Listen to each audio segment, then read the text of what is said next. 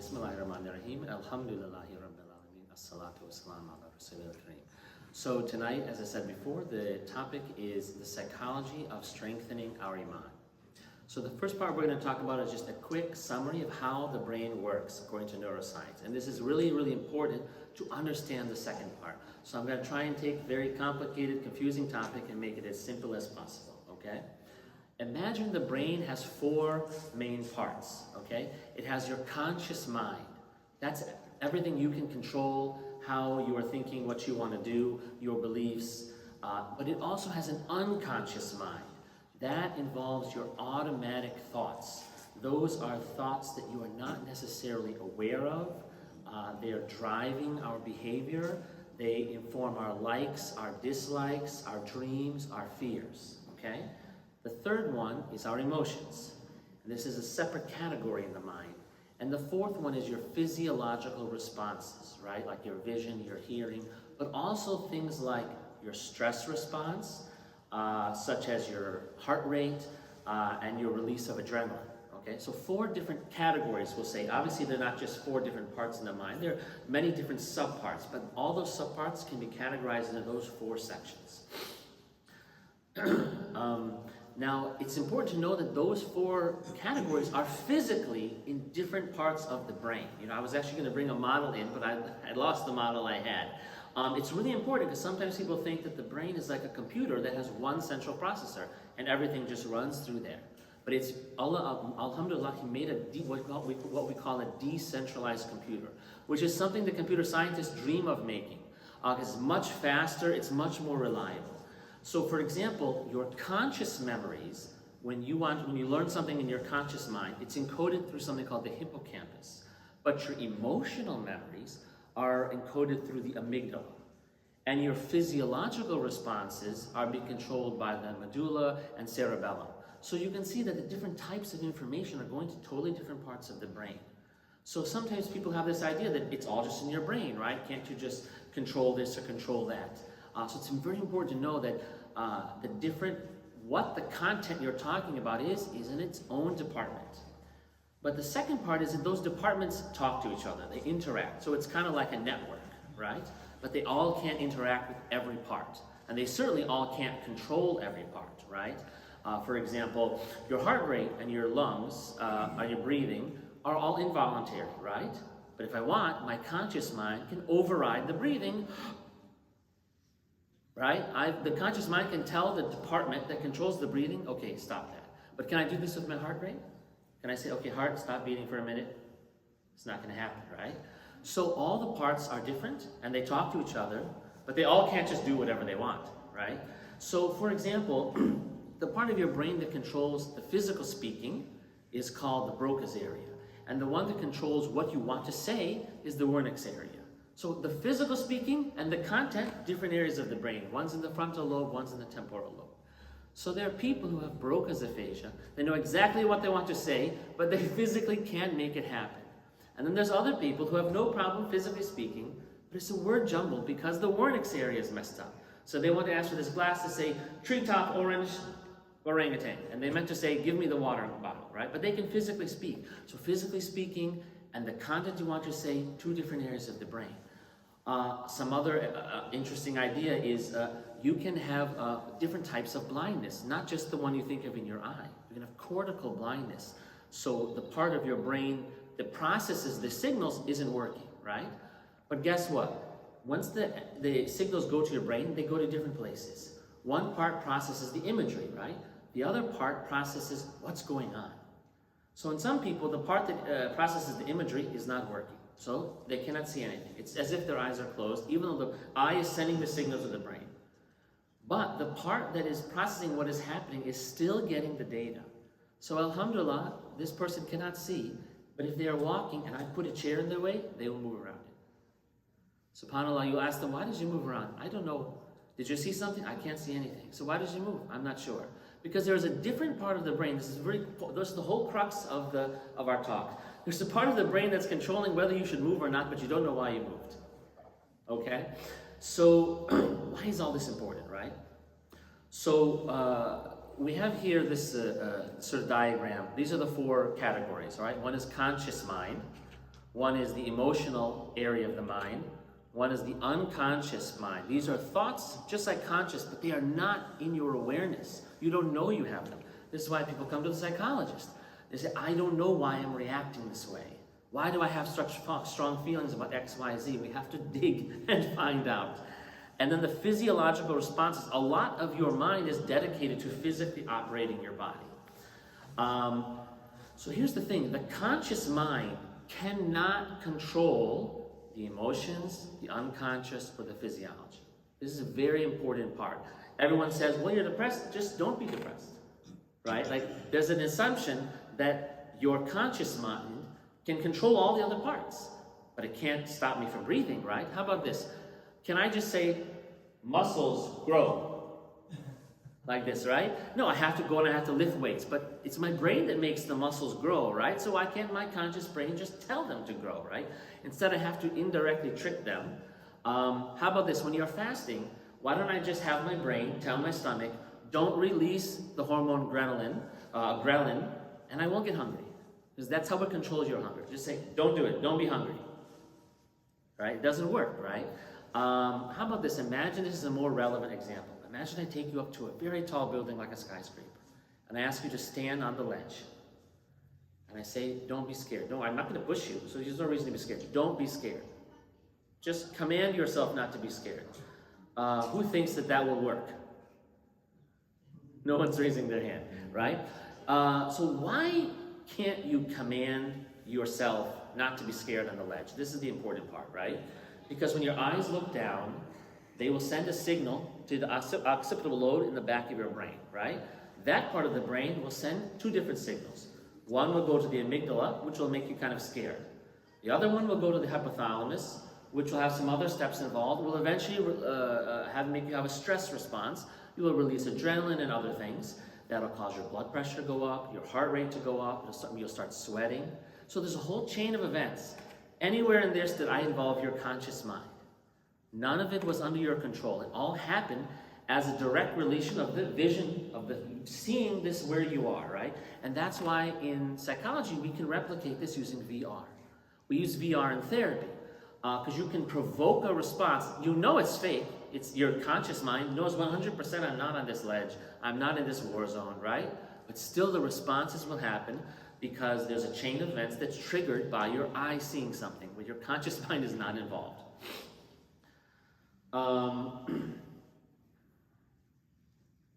So the main takeaway from this whole section is 3 of the 4 parts of your mind are completely uninfluenceable by your conscious mind. Out of your, what we call mind, and when people say their mind, they're really talking about their conscious mind. And 3/4 of your mind is out of the control of that. It's only can be influenced indirectly, which is what we're going to get to. Okay, so now this is the second part. You have your whole science lesson, right?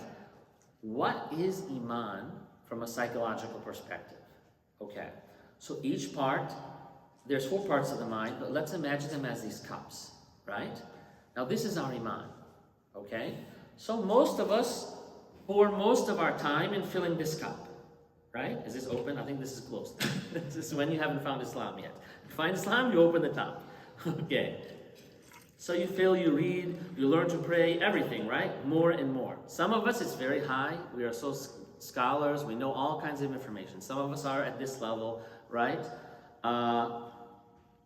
These other ones, they have a dash, usually, right? Our unconscious mind will have some, our physiological responses, right?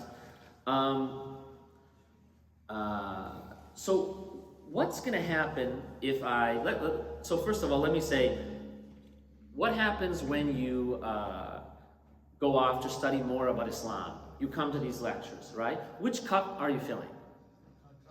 Conscious mind, okay. So you come to more and more and more of these, right? And you do all kinds of reading and studying. It's almost to the top. Now, probably most of us are not here anyways, but there are some people who are very close, right? So what's going to happen now if I read 5 more books, I'm at this level? What's going to happen if I keep pouring water into here? What was that? It'll overflow, right? So right now, what level as a percentage is this person's Iman? Give or take, this is very small amounts in here. Overall, what is their percentage? 95%. No, overall, what is the percentage of Iman on this tray? 25%, right? So what's going to happen when I spend a lot more time on my conscious mind's Iman? It's still 25. This is an important part. It's still 25. I can only fill this up to here. If I keep pouring water, you saw what happens. It doesn't go anywhere else. That doesn't mean that doing more reading is useless, because there's other benefits to it, right? But with regards to building my Iman, focusing on my conscious mind, and most of us aren't at this full anyways, right? But the point is, if I'm only attending to one of the 4 glasses, even if I get that to its maximum, what is the maximum my Iman can ever be? 25%. There's the answer to why our Iman always seems to be lacking. You know, we always imagine, just like we thought the mind was one big mind, we imagine Iman is just one big bucket. Some people have more and some people have less. How come you have more and I have less? I keep trying to get more, I don't seem to get more.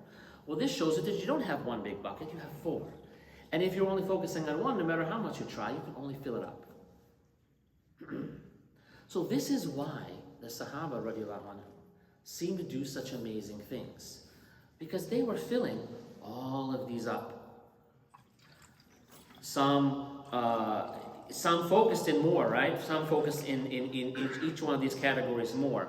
But some of them were to the top, some of them were, even maybe 75% or 50%. But even if you have only 50% in all of these, and you're pretty high in this one, that's still a pretty large number.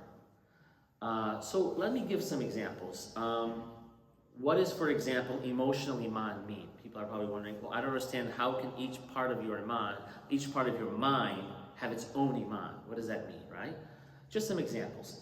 Emotional Iman, or the emotion center of your brain has its own Iman. Like there's 4 people in your brain. That's what I want you to think about it. The story of Musa alayhi salam. When he first spoke with Allah in the mountain, what was his reaction? What was the thing that's noted in the Quran? What did he do when he was there? Fear. And he what?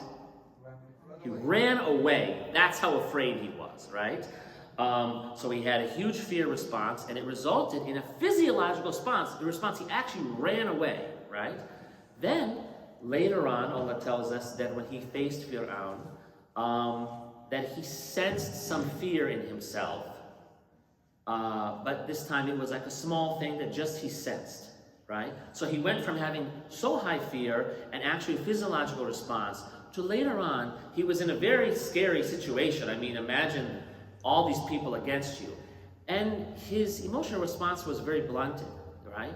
That's because his emotion center of his brain had built up its own Iman. So it didn't become afraid. It's in control of your afraid. Your conscious mind isn't in control of your afraid, right? If you tell me, I know you're not going to push me off the building, I take you to the top of the building, you're still going to get scared. You can't control it. You have to train each part separately, and that's exactly what he did. That's why his reaction was changed. His emotional part of his brain, its Iman was high, and it said, we're fine. I have a little fear, but because it's maybe not 100%, he's still a human, right? But drastically different. Another amazing example, Haram bin Milhan was a Sahabi, and he was radiallahu anhu, and he was sent to a town to spread Islam. I hope I didn't. Is everything still fine? And I hit this. When he got there, I'm just giving the story very short. When he got there, he was betrayed by the person who led the town. And instead of listening or reading the letter that Rasulullah ﷺ had sent him with, they speared him in the back without him even knowing. They just murdered him from the back. And the spear came through the front. And the first words, does anyone know the story and what the first words out of his mouth was? No. It was, Faztu wa Rabbil Kaaba. Immediately, he didn't say, like most of us would, like this. I mean, it's shocking, right? Anything, if bullets come flying through this heat, we'll be shocked. We won't be able to control our shock, right? Then we will have fear. Then afterwards, you might say, okay, inna lillahi wa inna ilayhi raji'un. Maybe this is a good thing. Maybe I'm getting shahada. This will come later. Our conscious mind will remind the other 3 that have low Iman, hey, it's okay, you should remember Islam.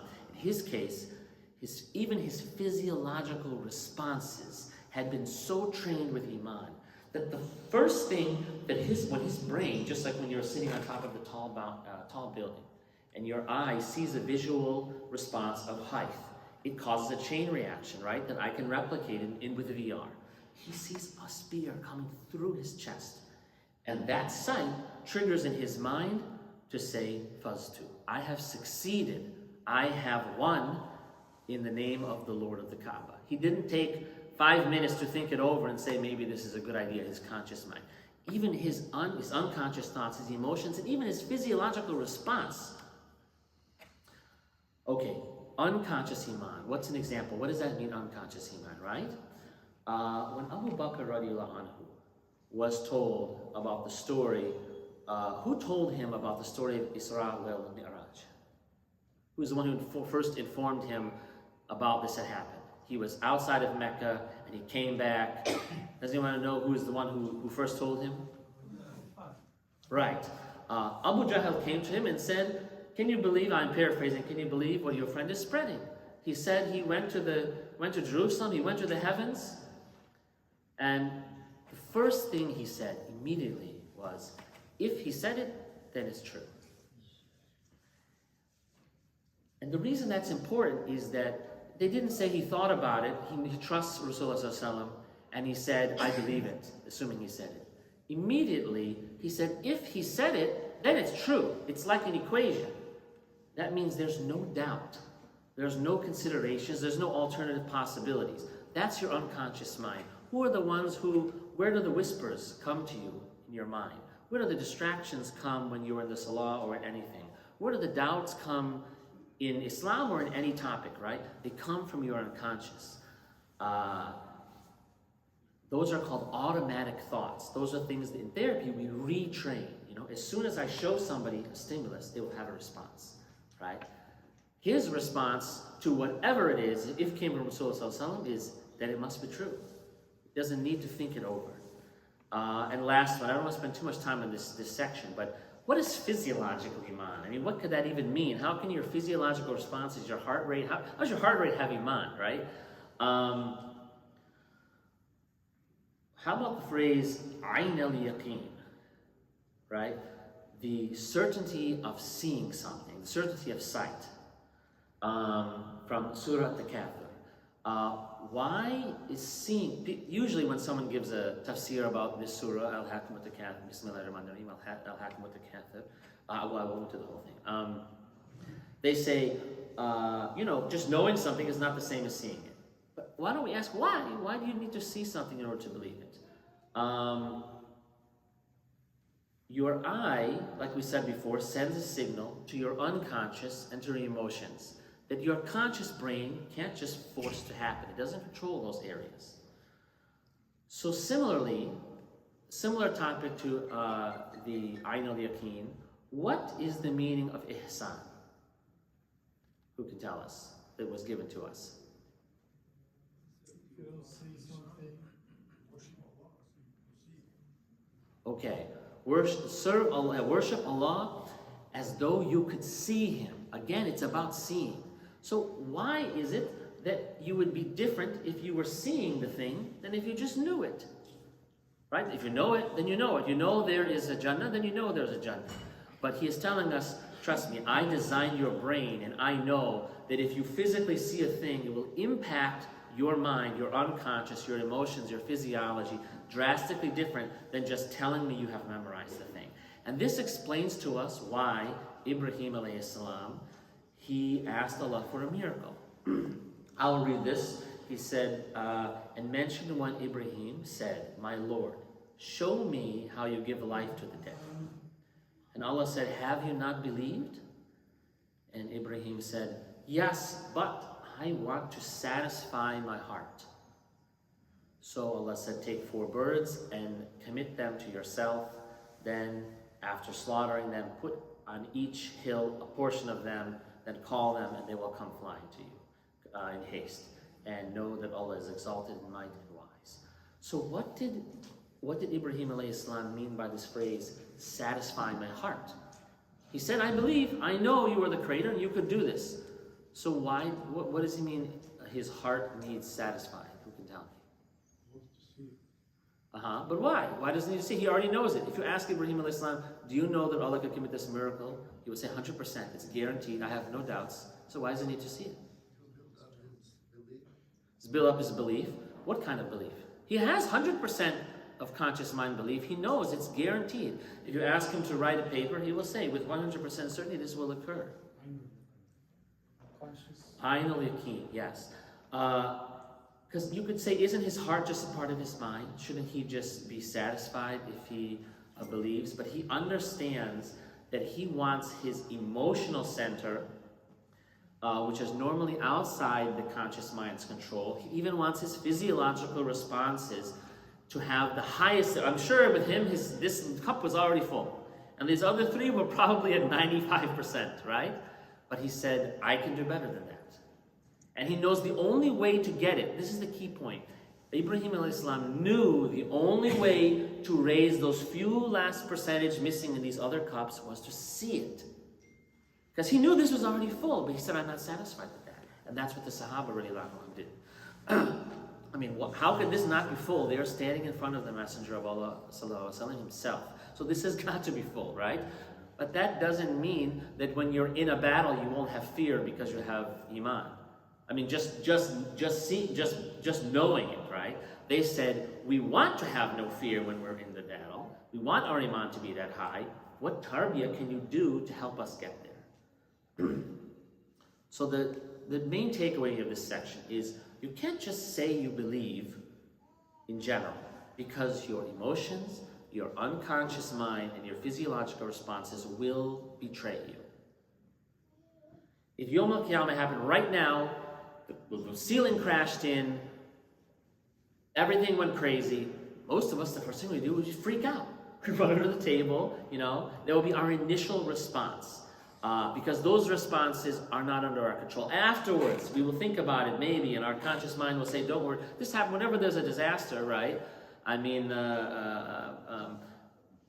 after you thought about it, you will say, okay, this is the qadr of Allah, inna lillahi wa inna ilayhi raji'un. But did I say that immediately when it first happened, or was my initial response something else? So we need to build the Iman of the remaining three parts. That's the main part of this whole topic. But you need all this background to understand what that means and why you need to do that. Even if this is full, this is usually where we focus everything. We tell everyone to learn more. These are, of course, very useful things. But it can only get us so far.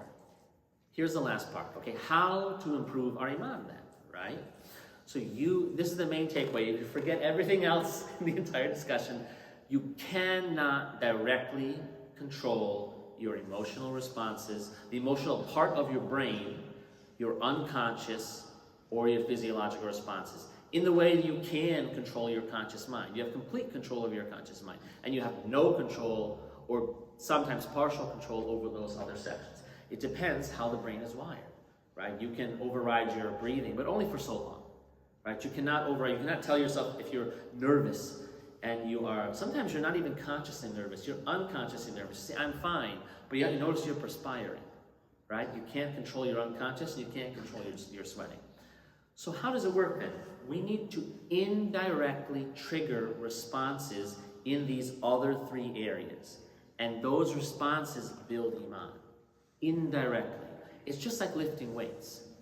You go, your brain controls your muscles, so why doesn't it just say muscles grow? No, you have to go do some activities that then cause a response in a different part of your brain, and that part of the brain tells your muscles to grow, has nothing to do with your conscious mind whatsoever. To trick it, essentially, right? In psychology, we call this conditioning. We do this all the time. You repeat certain behaviors or certain thoughts over and over to provoke a response, okay? So for example, if you have a fear of heights, right? What do? You can't just say, don't be afraid, it's irrational. Even you agree it's irrational, right? We take you, not literally in this way, it's a staged way, but basically you take someone to a ledge and you make them stand there, right? And the longer they're there, their response will gradually change. Their neurons will literally reorder themselves. This is called neuroplasticity.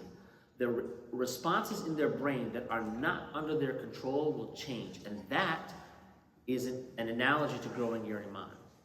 You're reordering the parts of your brain you cannot control using these indirect responses.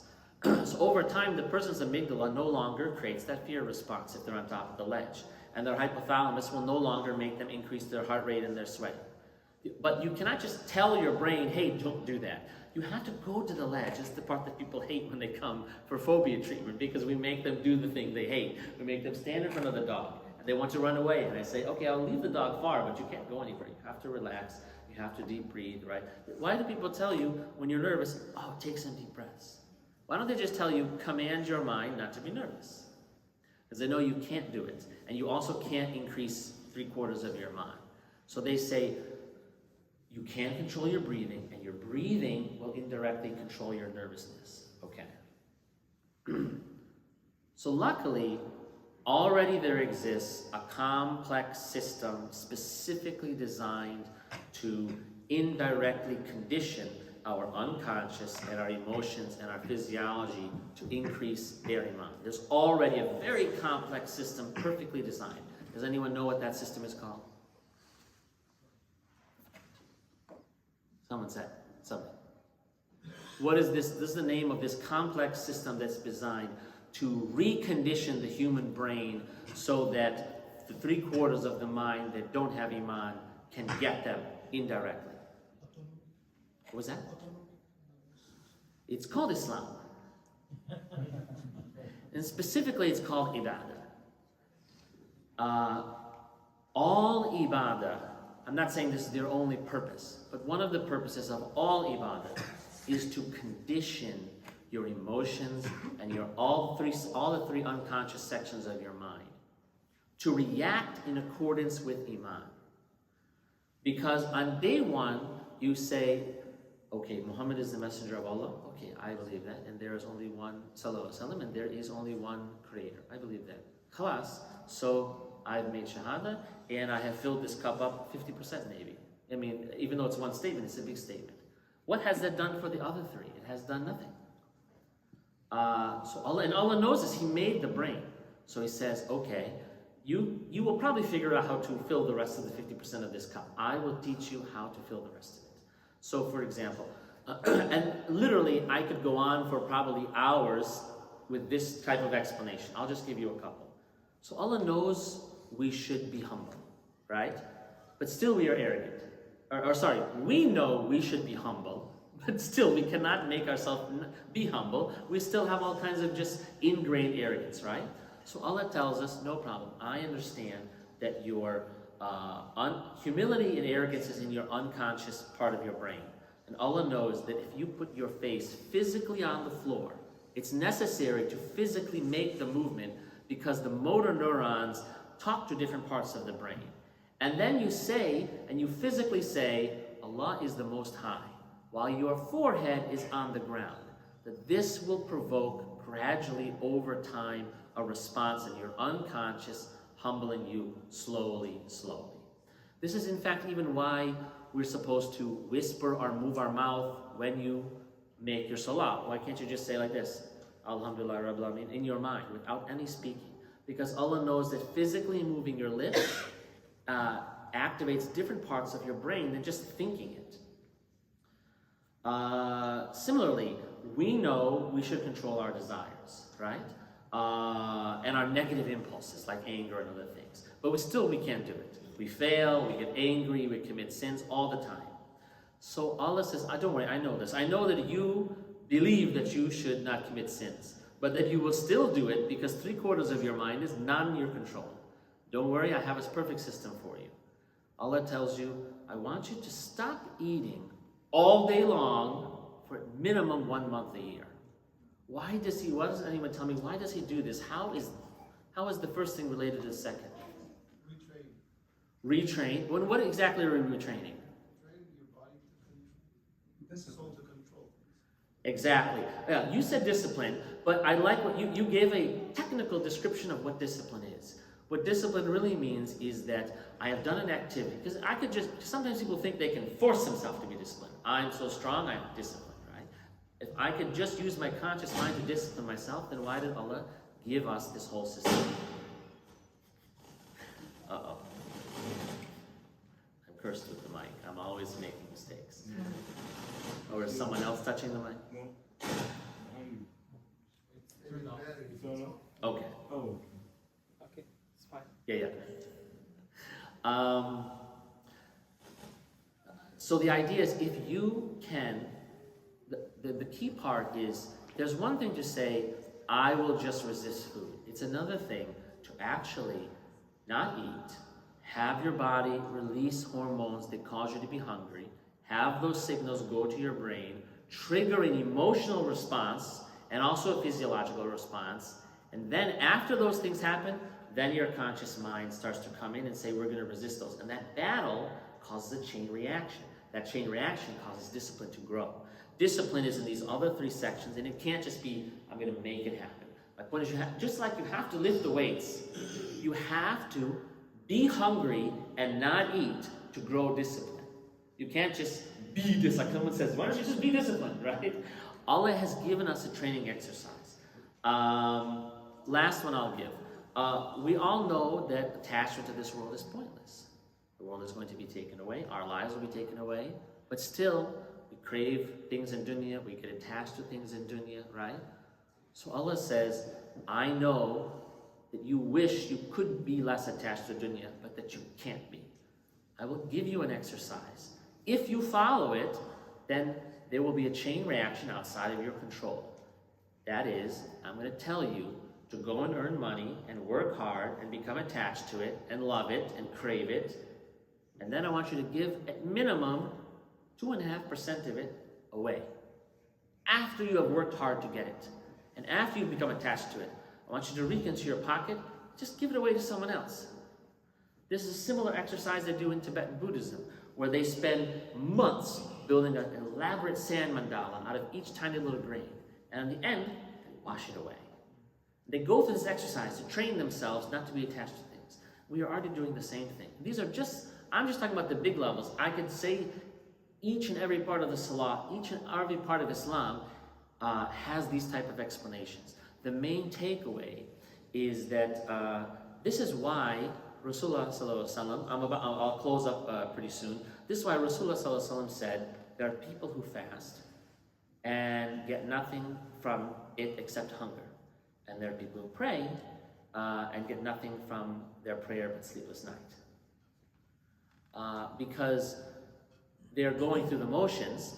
It's similar to going to the gym and, you know, I move around on a few machines. I don't put the weights heavy. I don't know what I'm doing. I don't push myself. And then I say, you know what? It's a waste of time going to the gym. I didn't get any in shape at all.